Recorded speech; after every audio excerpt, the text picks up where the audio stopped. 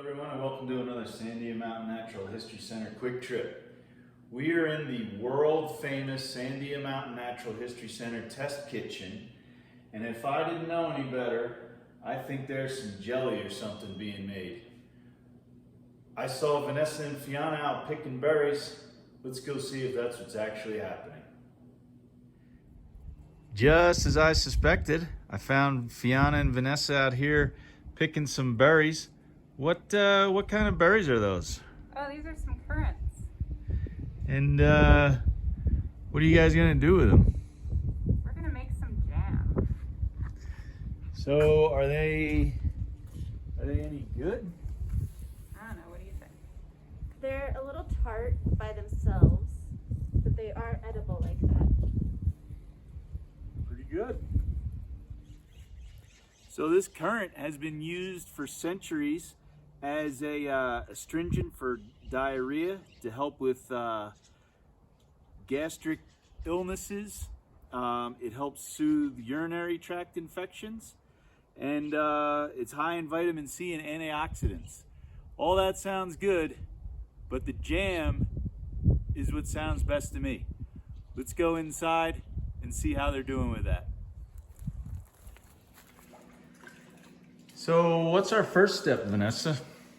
We are washing them with some hot water and I'm just agitating them a little to try to knock off any of the stems or different things. And then I'm going to filter out like all these little stems that are coming up. They float to the top pretty easily. So why do we want to make the berries mad at us?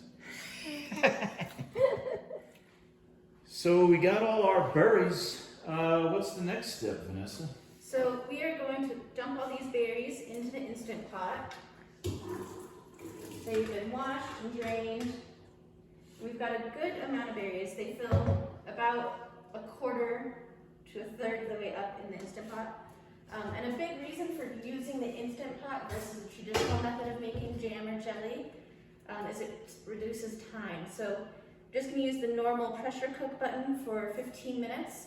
It will reduce everything down. It's no watching the stove, none of that stuff. It makes it a lot easier.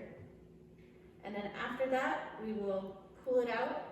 We'll take out half of it and use a cheesecloth to strain out some of the extra seeds and the immersion blender to blend it together and make it a little less grainy.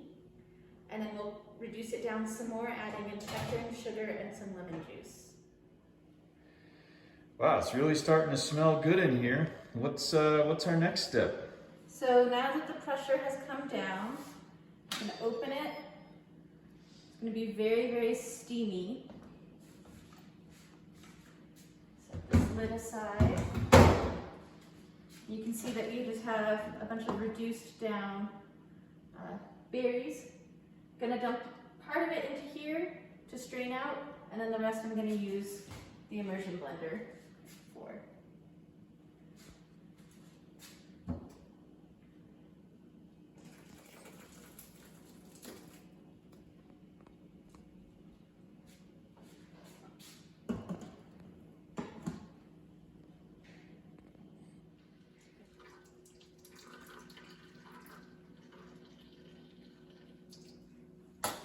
Use these.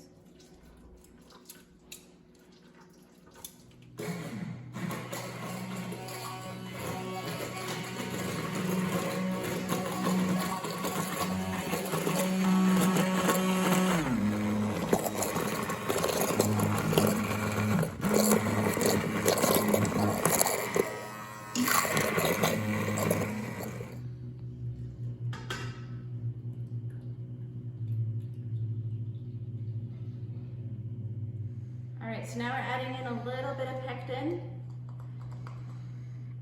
to help thicken it up. We'll mix that in. And a little bit of sugar to sweeten it up. I'm just eyeballing it. It's about 1/4 of a cup, maybe 1/2 of a cup. And we'll test how sweet it is. And then a little bit of lemon juice together.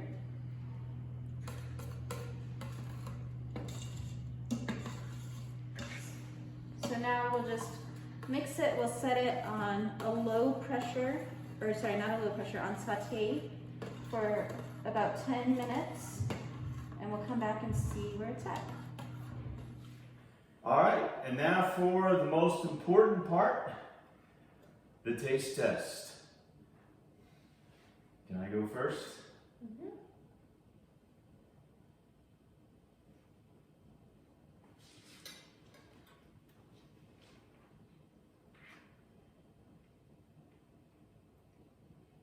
Wow, that is really, really good.